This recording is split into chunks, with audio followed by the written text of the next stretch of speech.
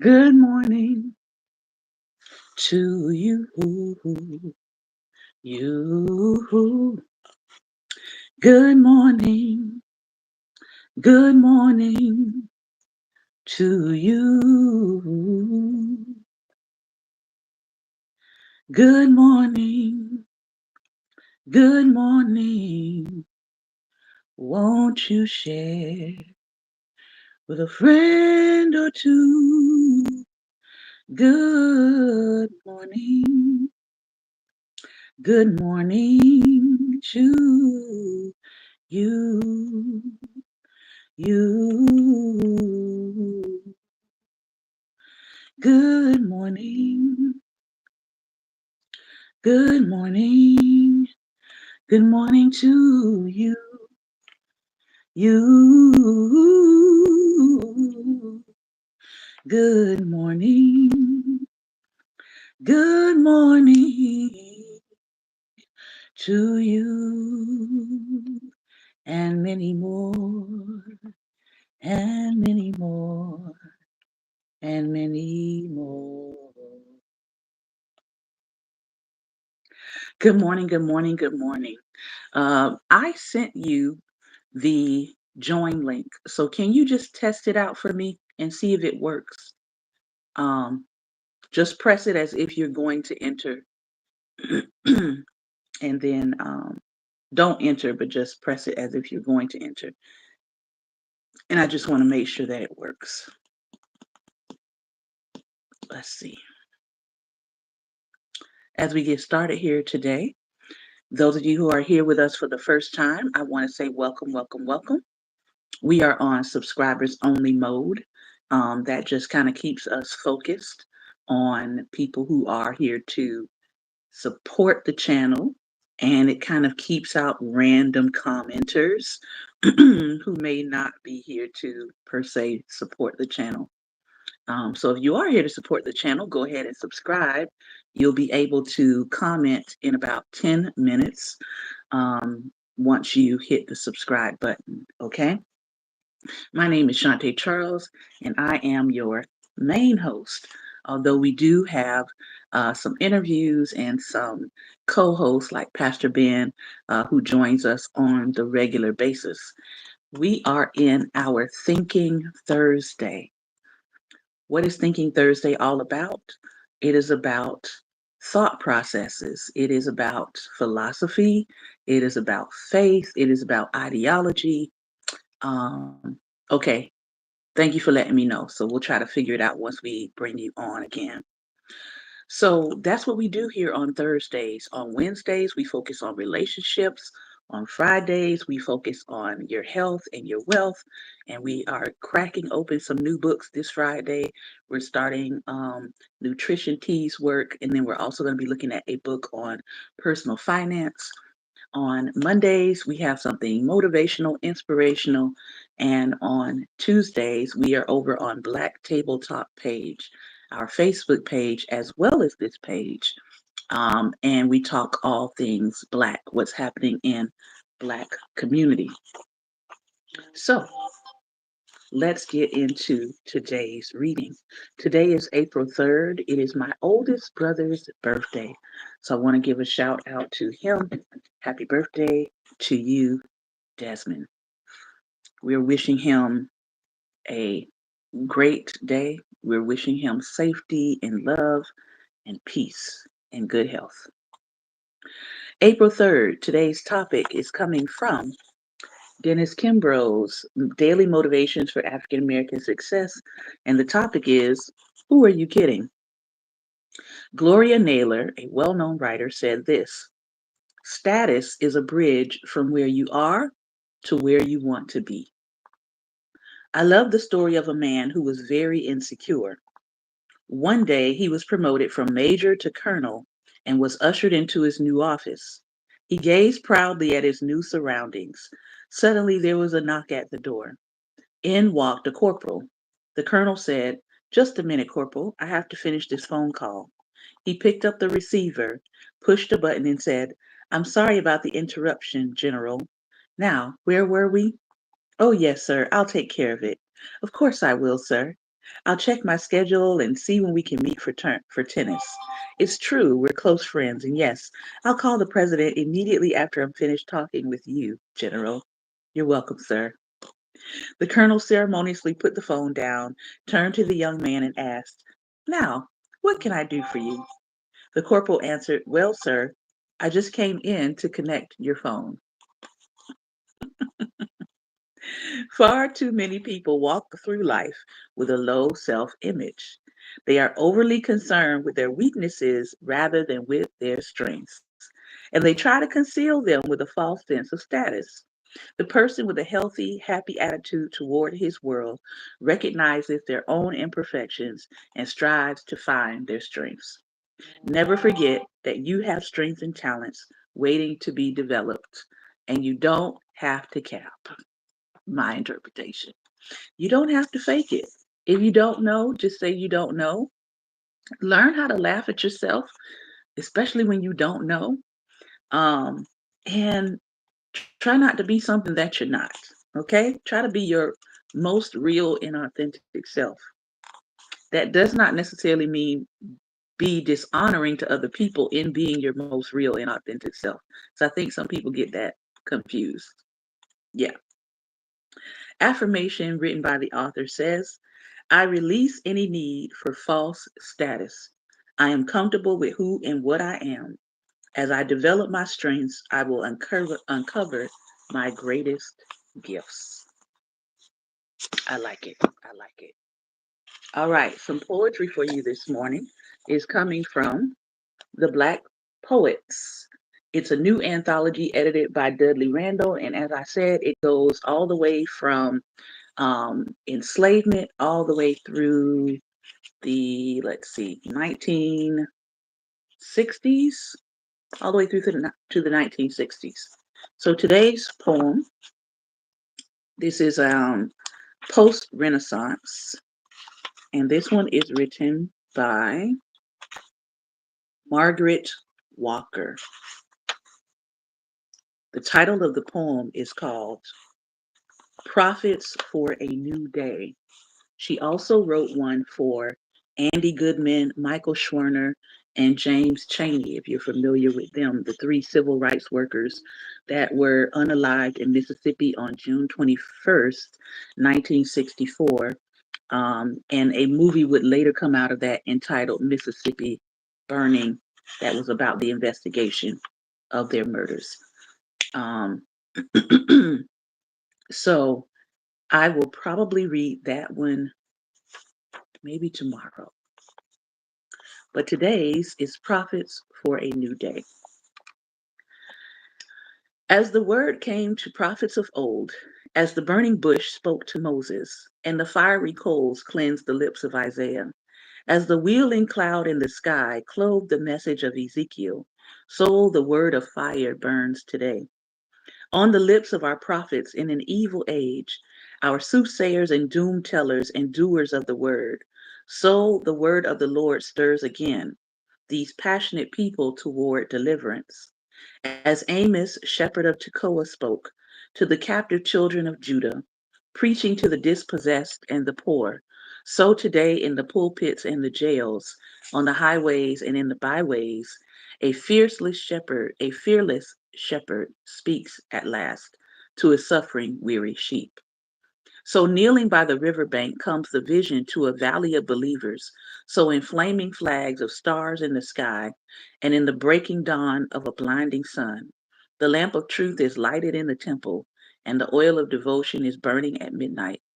So, the glittering censer in the temple trembles in the presence of the priests, and the pillars of the doorposts move, and the incense rises in smoke, and the dark faces of the sufferers gleam in the new morning. The complaining faces glow, and the winds of freedom begin to blow, while the word descends on the waiting world below. A beast is among us, his mark is on the land. His horns and his hands and his lips are gory with our blood. He is war and famine and pestilence. He is death and destruction and trouble. And he walks in our houses at noonday and devours our defenders at midnight. He is the demon who drives us with whips of fear And in his cowardice, he cries out against liberty.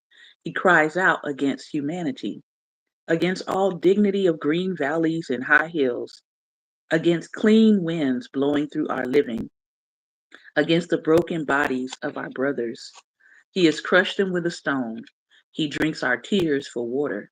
He drinks our blood for wine. He eats our flesh like a ravenous lion, and he drives us out of the city to be stabbed on a lonely hill. Yikes. Prophets for a new day. Now, let me tell you, Margaret Walker was born in 1915, but that poem feels like it came right on out of 2020, 2025, doesn't it? That feels increasingly, increasingly present. This poem is coming from the 1960s, written by James Emanuel. It is called Negritude. Black is the first nail I ever stepped on. Black the hand that dried my tears. Black is the first old man I ever noticed. Black the burden of his years. Black is waiting in the darkness. Black the ground where hoods have lain. Black is the sorrow misted story. Black the brotherhood of pain. Black is a quiet iron door. Black the path that leaves behind. Black is a detour through the years. Black the diary of the mind. Black is Gabriel Prosser's knuckles. Black Sojourner's breast. Black is a schoolgirl's breathless mother. Black her child who led the rest. Black is the purring of a motor. Black the foot when the light turns green. Black is last year's dusty paper. Black the headlines yet unseen. Black is a burden bravely chanted. Black cross of sweat for a nation's rise. Black is the boy who knows his heroes. Black the way a hero dies. And one last poem today. This poem is coming from Conrad Kent Rivers, who lived from 1933 to 1968. And this one is called In Defense of Black Poets. As you know, or you might not know, it is National Poetry Month, so I hope you're taking some time to either write some poetry or read some. The critics cry unfair, yet the poem is born. Some black emancipated baby will scratch his head, wondering why you felt compelled to say whatever you said. A black poet must bear in mind the misery. The color seekers fear poems they can't buy for a $10 bill or with a clever contract. Some black kid is bound to read you. A black poet must remember the horrors. The good jobs can't last forever. It shall come to pass that the fury of a token revolution will fade into the bank accounts of countless blacks and freedom-loving whites. The brilliant novel shall pass into the archives of a keep cool, we've done enough for you generation. Mm. The movement organizations already await their monthly checks from downtown, and only the forgotten wails of a few black poets and artists shall survive the then of then, the now of now. Whoa. He should have said in defense of the black prophets. Because, wow. I want to go back to that stanza. A black poet must remember the horrors. The good jobs can't last forever. It shall come to pass that the fury of a token revolution will fade into the bank accounts of countless blacks and freedom-loving whites. He said, them jobs, they're passing them out right now, but will they last? The brilliant novel shall pass into the archives He's telling you they'll archive your brilliance eventually into the generation of a keep cool, we've done enough for you generation. I think we there. I think we're seeing the generation that's saying we've done enough for you. Now we want to roll it back. Generation. Hmm. And the movement organizations await their monthly checks from downtown. He's saying you've kind of been bought off to cool down your revolution, but there'll come a time. I think we're there. There'll come a time when only the forgotten wails of a few Black poets and artists shall survive the then of then and the now of now. What do I take from that? I take from that we must keep on creating. We cannot get comfortable because in the face of comfort, people do what they're doing right now, which is snatching the rug out from under you and trying to erase your history. That's what's happening right now. All right. Again, I recommend that you get it. The Black Poets. Here's some poetry that you haven't heard before. We're moving into our main read for today, and that is Failures of Forgiveness, What We Get Wrong, and How to Do Better. This is probably, we're about 2/3 into this book. This is probably one of the best books I've read on the topic of forgiveness. And I read quite a bit, but the way that she surgically breaks down forgiveness on various levels has been really inspiring. Today we are starting chapter 8. The chapter is called Canceling versus Forgiving. And we know that that is a huge thing, cancel culture. So we're going to get into it now. And we're going to talk about, we'll read the introduction here and then we'll look at what she has to say about when transactions and morality meet. And we may not get through the whole section because I am going to stop around 11:30. Canceling versus forgiving. In 2016, Joanne the Scammer, a character portrayed by um, actor and comedian Brandon Miller, became a viral video sensation. I remember Joanne the Scammer. I don't know if you all remember. He donned a fur coat and a blonde wig and a fake posh accent, and it was a self-titled web series displaying hilarious and obscene scams, as well as self-centered, pretentious, and materialistic nature of the scammer. In one episode entitled Caucasian Living with Joanne the Scammer, she engages in an MTV Crib style tour of quote unquote her mansion. It's clearly a scam. Pictures in the house are of a young white family.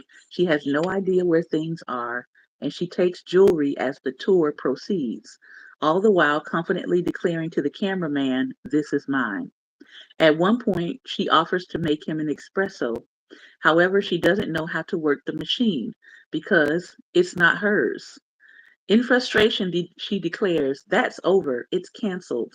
We don't need coffee." Reflecting on the scene, episode writer Jason Richards noted how the term canceled fit perfectly in Joanne's world. A milieu of reservations being canceled and credit cards being canceled, it speaks to a lifestyle of commodity, consumerism, and capitalism, of transactions being canceled, he said. It's a very transactional word. Following the episode, the use of canceled quickly increased in popularity online, particularly with Black users on Twitter, also known as Black Twitter, now known as X.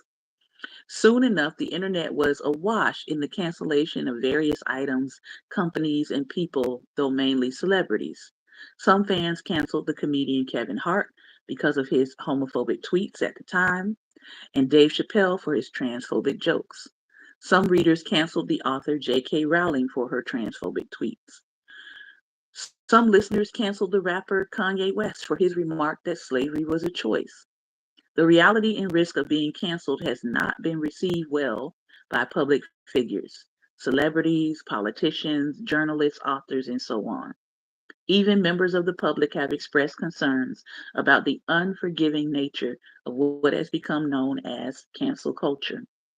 Others have worried about the vengeful consequences of this new culture and what it welcomes, that it is a direct assault on the construct of forgiveness itself. In a recent interview with musician Demi Lovato, urged listeners to opt for a forgiveness culture instead of a cancel culture. These are understandable concerns. A world in which we aren't allowed to make mistakes without a chance for redemption would be an awful place to live. And we can imagine the consequences that would arise if everyone around us were to valorize their vengeful behavior and start condemning people to punishments that don't fit their crimes. It is likely to create a social climate like the one to which the South African Tribune was organized to respond. However, these concerns about canceling fail to grasp its true nature and the circumstances that bring it about. In this chapter, I will offer a defense of canceling and argue that it is compatible with the aims of forgiveness. This will also be a limited defense. Canceling is appropriate in the impersonal, commercial sphere and has no place in our intimate relations. When transactions and morality meet. Unfortunately, in modern parlance, the term canceling has become a call, excuse me, not catch call, has become a catch-all pejorative used to describe all instances of criticism, particularly the piling on, zero tolerance, career destroying kind of online behavior. If we want to determine whether canceling is in fact incompatible with forgiveness, we need to develop a clearer sense of the term. If canceling is a transactional word, as Jason Richards notes, then it makes sense to cancel people with whom we have transactional relationships. Take the case of celebrities.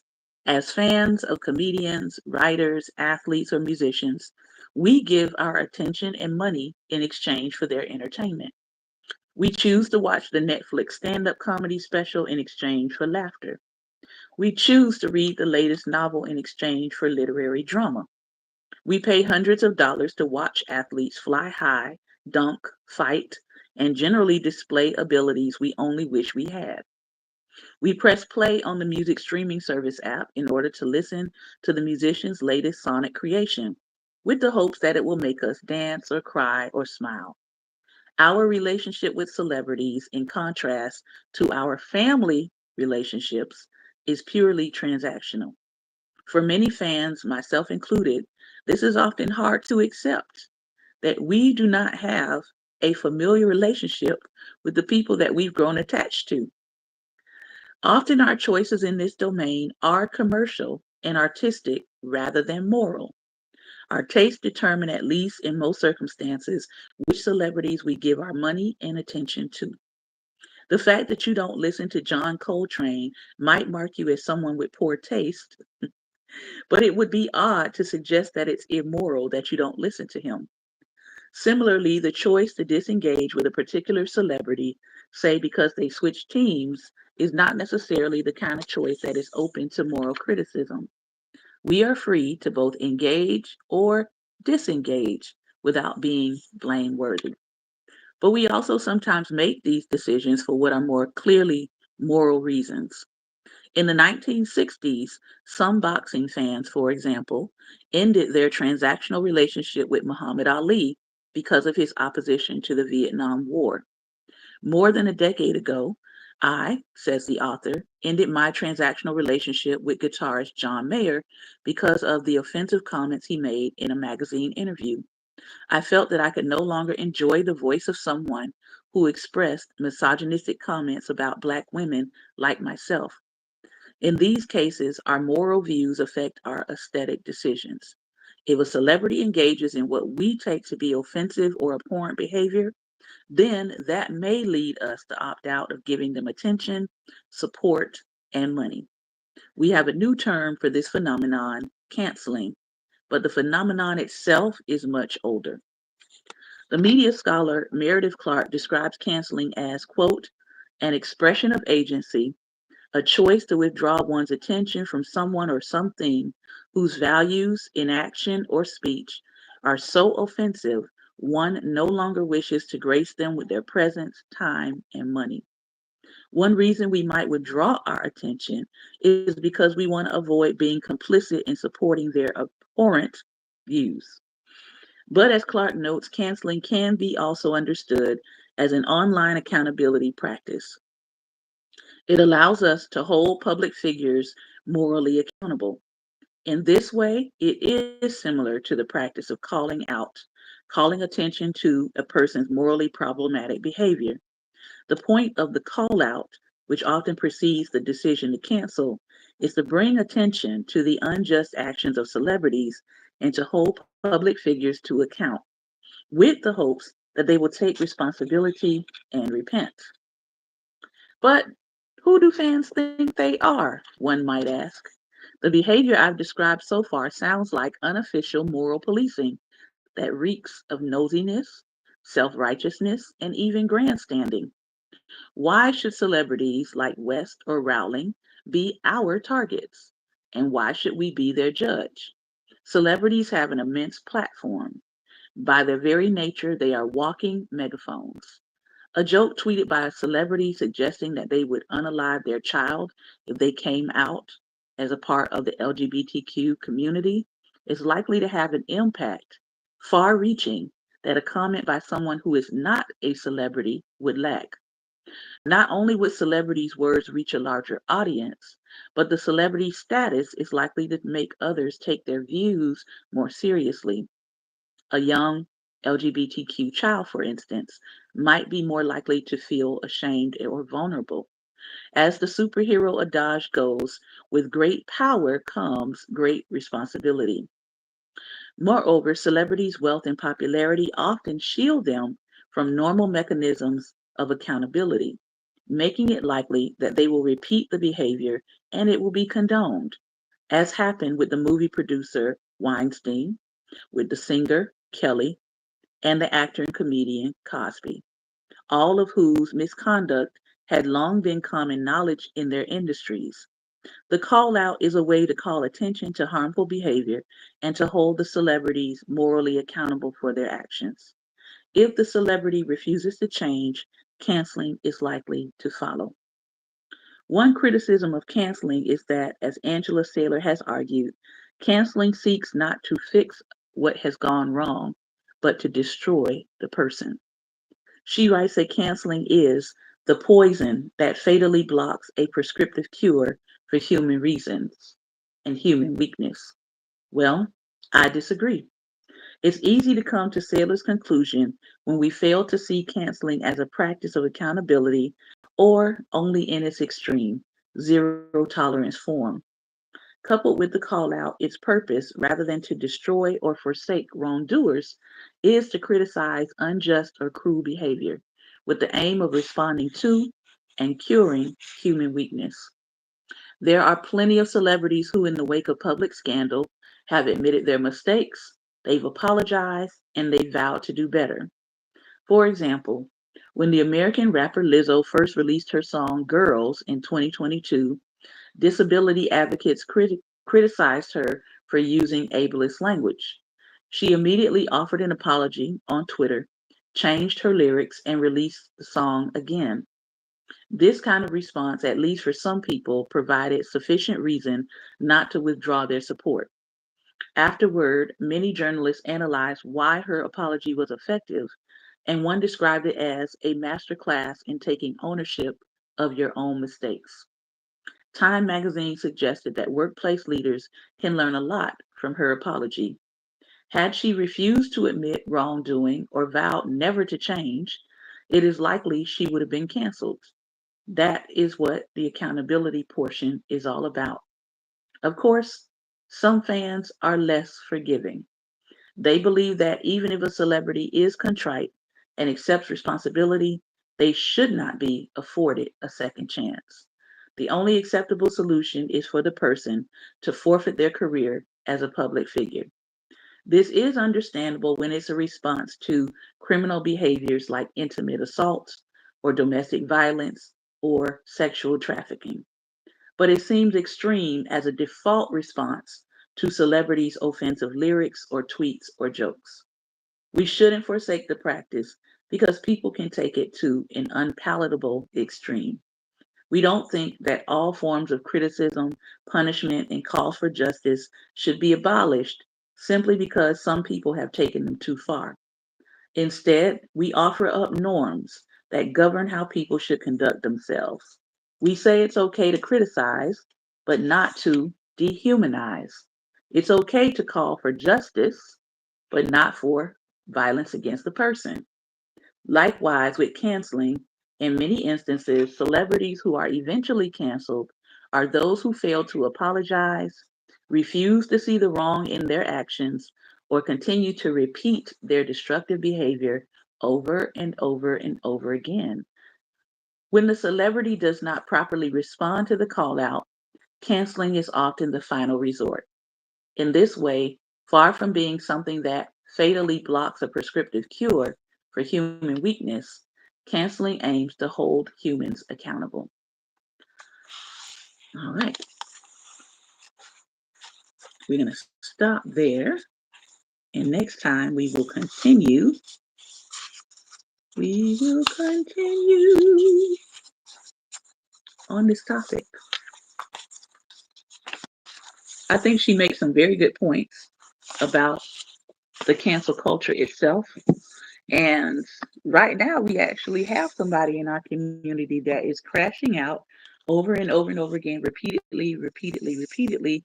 And people at this point are like, this is a cry for help. This person wants attention, and we're not going to give it to them.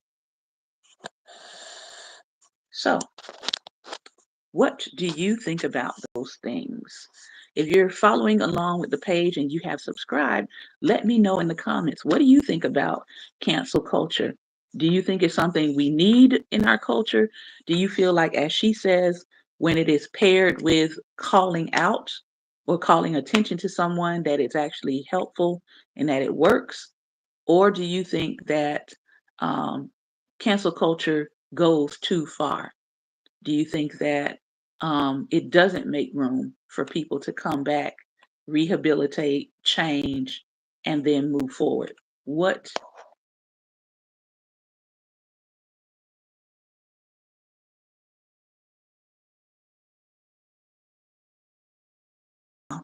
it will not bring you back to the same place.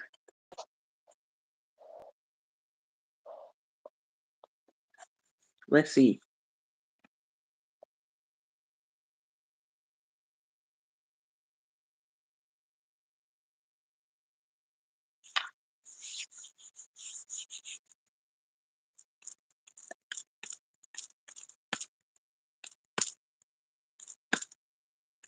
And as we are waiting to see if he can enter the link.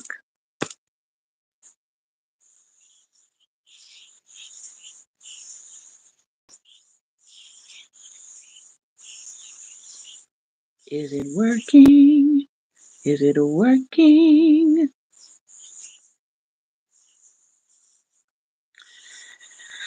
As we're waiting to see if our guests can join through the link, I want to encourage you to stay aware and stay active in this moment. We have a lot going on in our nation and in our world. So we want you to make sure that you're taking the time to pick one news source that you feel that is reliable and make sure that you're staying uh, active in what's happening in our nation. Good morning. Good morning. That poem, "The Prophet," Black Mm-hmm. Prophet.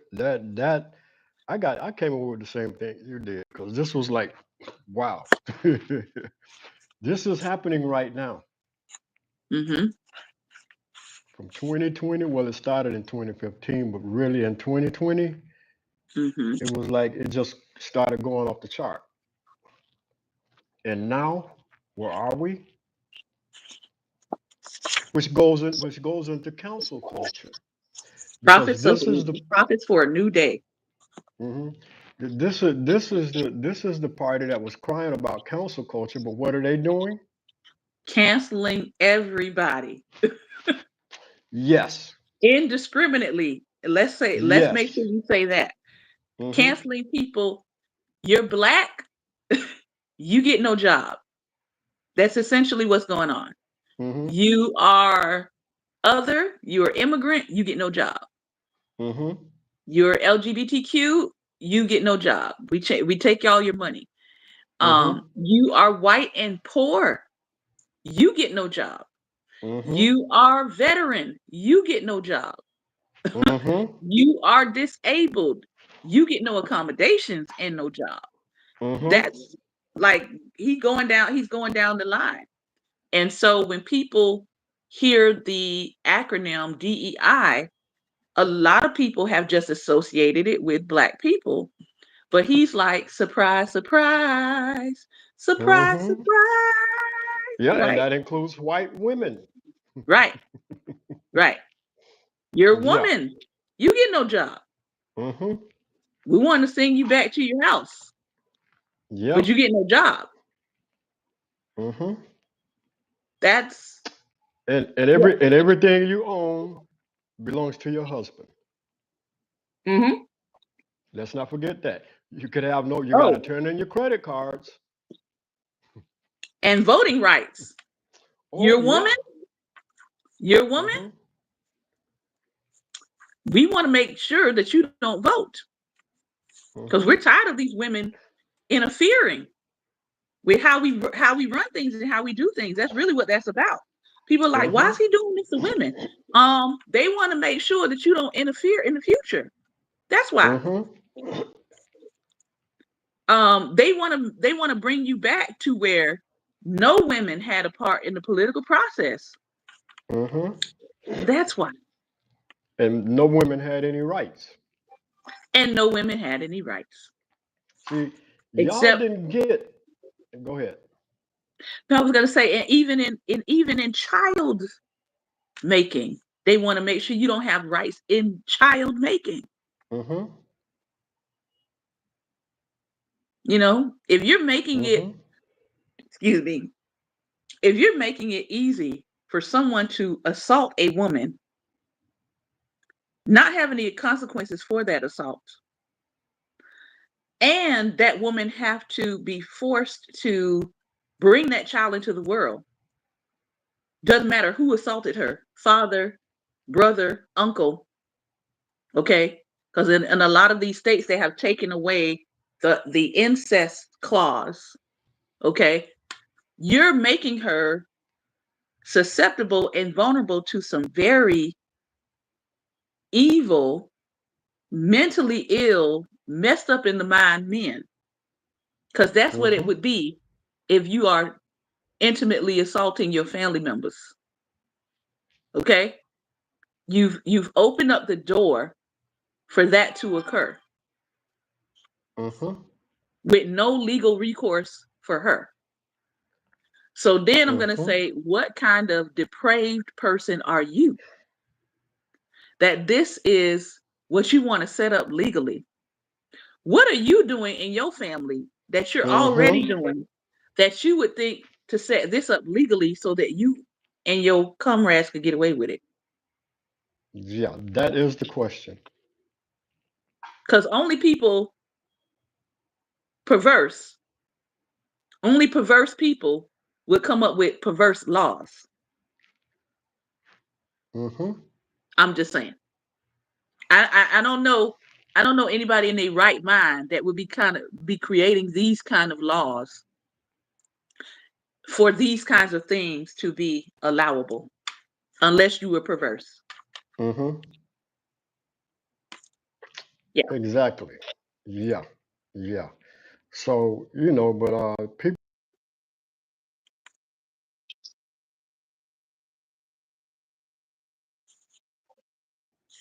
see, I posted, they told me I was crazy. Listen, But people where are still we don't now? get it. Yeah, some people People, still don't get it. people still don't get it.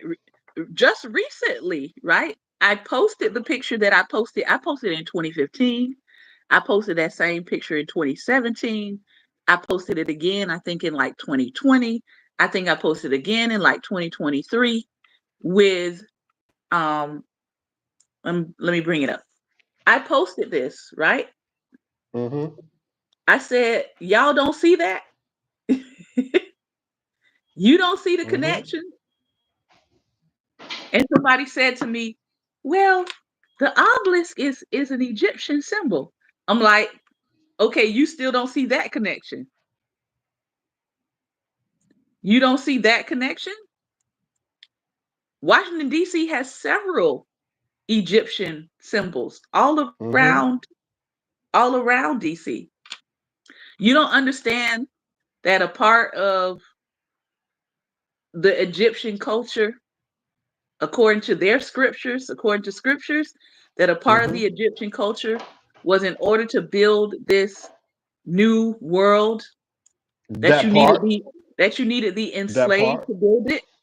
Mm-hmm. I was gonna go there, but you went there. You don't see the parallel there.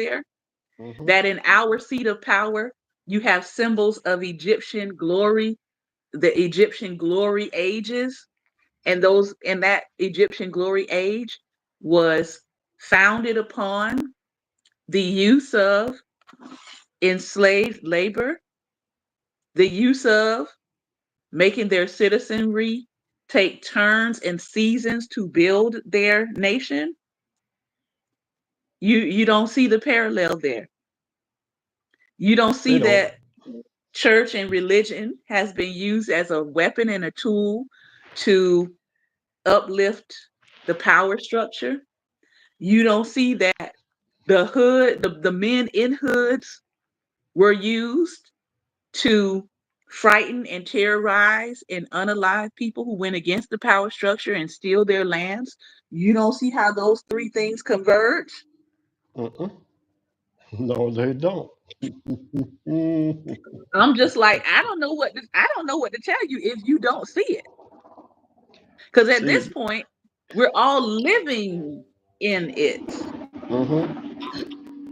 They're giving you information that they think you don't know when you have more information than they have. See, that's what happens. People get a little bit of information and they think, they act like now we got the whole story and they run with it. No, no, no, no, no. Why are we here? Why did they bring our ancestors here?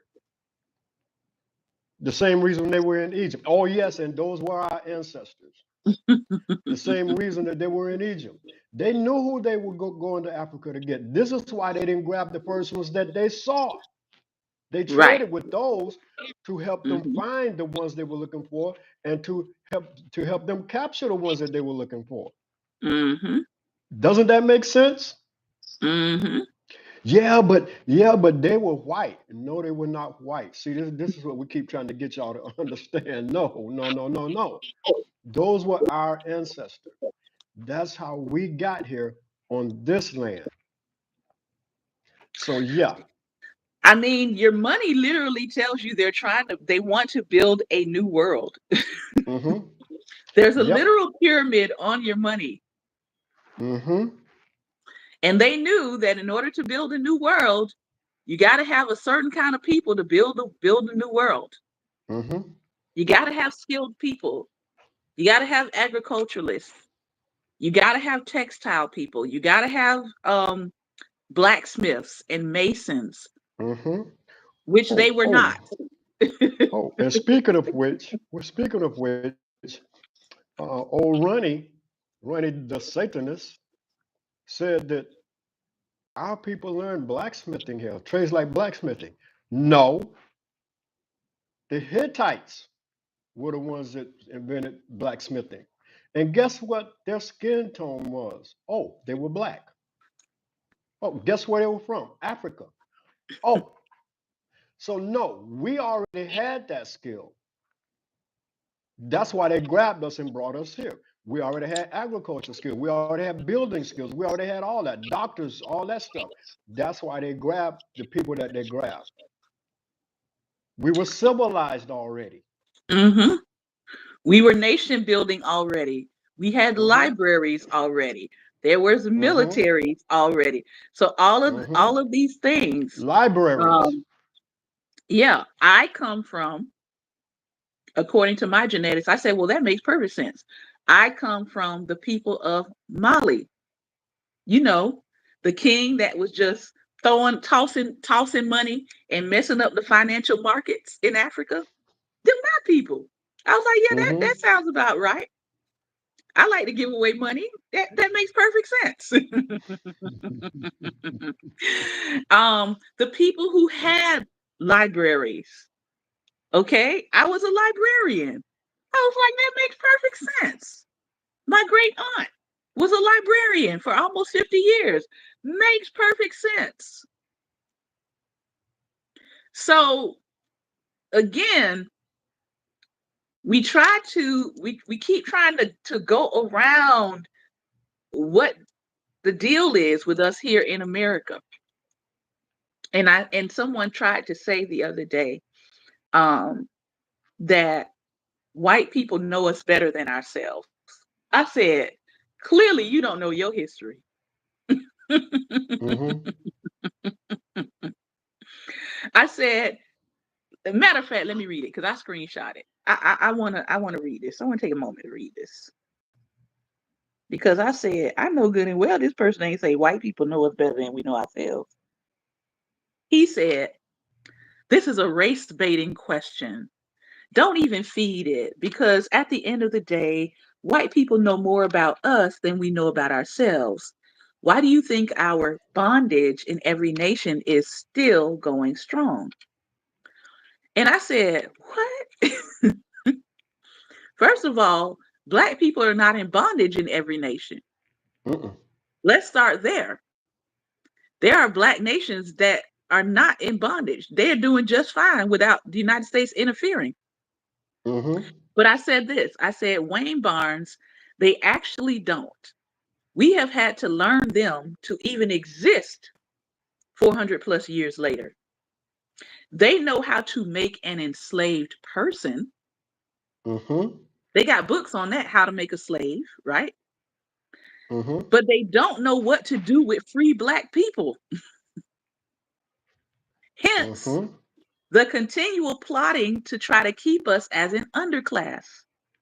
If they really knew us, then they would know how we start from zero and still surpass them.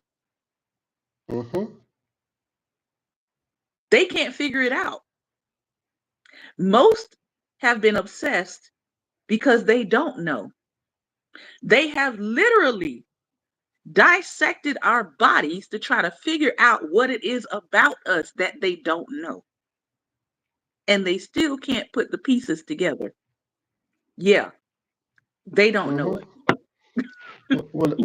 That's easy. If you go back to who we actually and really are, if you go back to Israel, and I'm not talking about the land, I'm talking about the person, yeah, that will solve all that.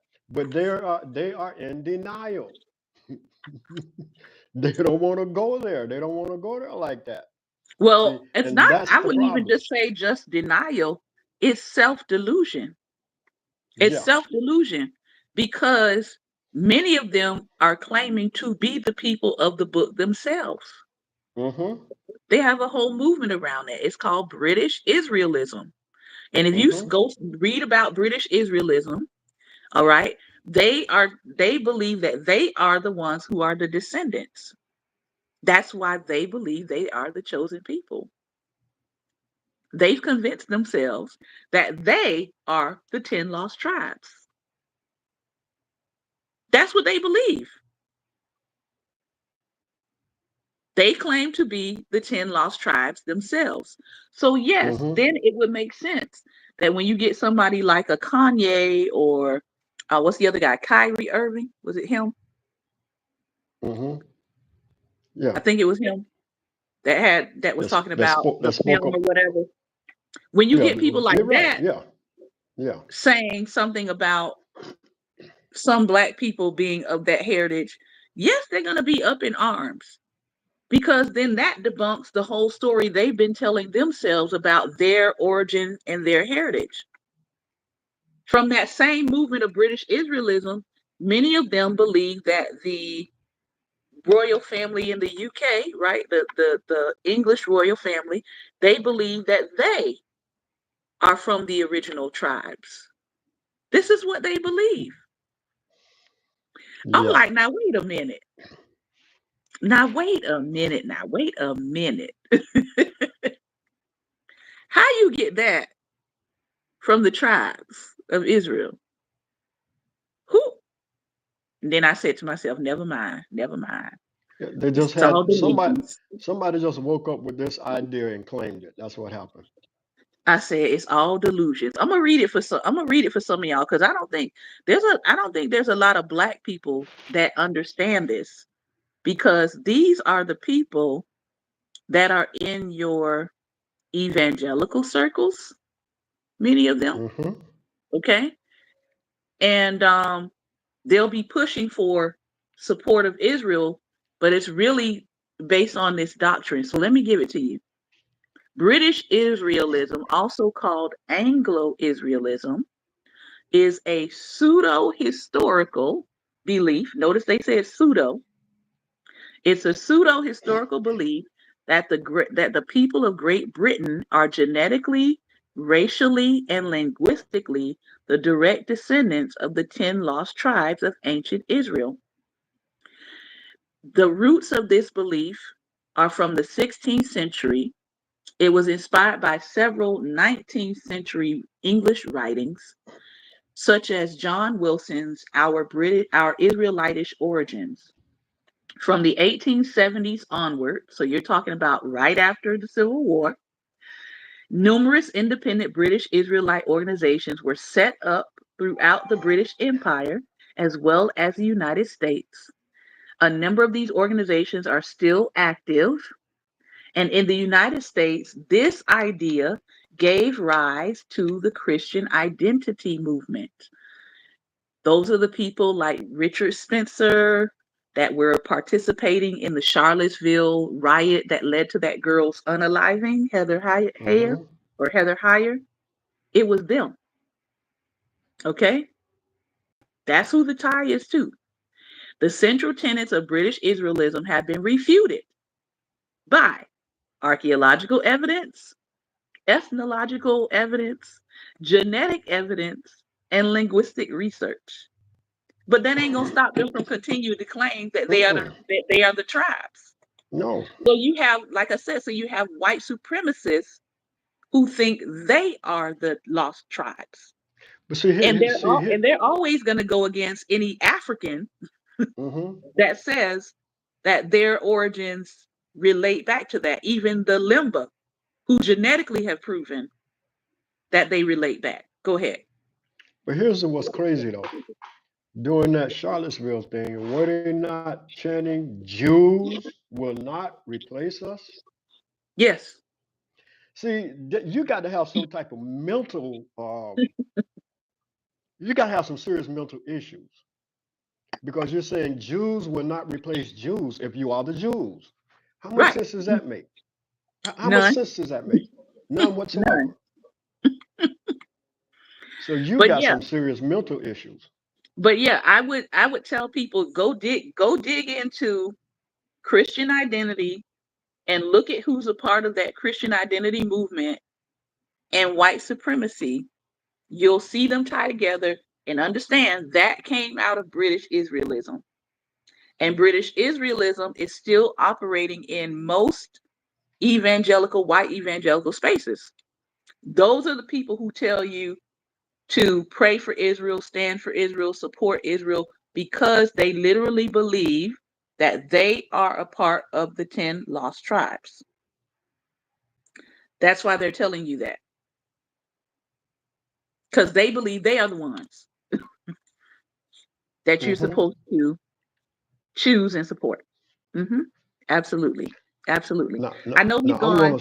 around the circle and around the bend. We're kind of covering a lot of stuff today, but hey, this is Thinking Thursday. We just want you to think about some things. Go ahead. Yeah, we want you to think, especially about that part where they surpassed the first Africans that they met and had them and traded with them and had them to help them capture these other Africans.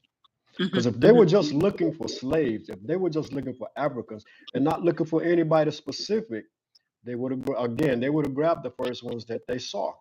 But they didn't do that, did they? Now you need to start thinking, why is that? See, that's the first step. I put that in front of you. History says that. Even if they don't say that, oh, they were looking for the children of Israel, Judah, and those. Even if it doesn't say that, it does let you know that they Hmm. traded with other tribes to get that tribe. So why did they trade with that tribe instead of grabbing that tribe if they were only looking for people to enslave? See, think about that. Think about it, because I did. That's how I found the answers years ago, and it started coming together who we were. So, and then I'm not going to go there, but you got the. I'm going to say this: you got the Kingdom of Judah, Negro Land, and then Nigeria. There's so many other countries in there. They all were Hmm. the same. They all were the same place. So now I've said that. Now, I've gotten so caught up in this conversation, I forgot what else we were talking about. Uh, I wanna have oh, I wanna as we close out this part of the conversation, I want people hmm to look up Christopher Columbus searching for Jews in the New World. And I'm gonna give you some names to look up. Um, Christopher Columbus was funded by two Jewish men. One's name was Luis de Santangel, spelled like Santa and angel connected, and Gabriel Sanchez. Both of them were prominent Jews. His first voyage included a man by the name of Luis de Torres, born Yosef ben Haleve Halvri. He was a Hebrew speaking interpreter, and he was considered the first Hebrew in the Americas. Now, why would Columbus be taking a trip with a Hebrew interpreter going to the New World? Who was he looking for that he would have needed a Hebrew interpreter to come with him to interpret? I'm gonna just leave that right there. hmm hmm Why would he need a person to interpret Hebrew to come with him to the New World? What was Christopher Columbus looking for, or what had he been told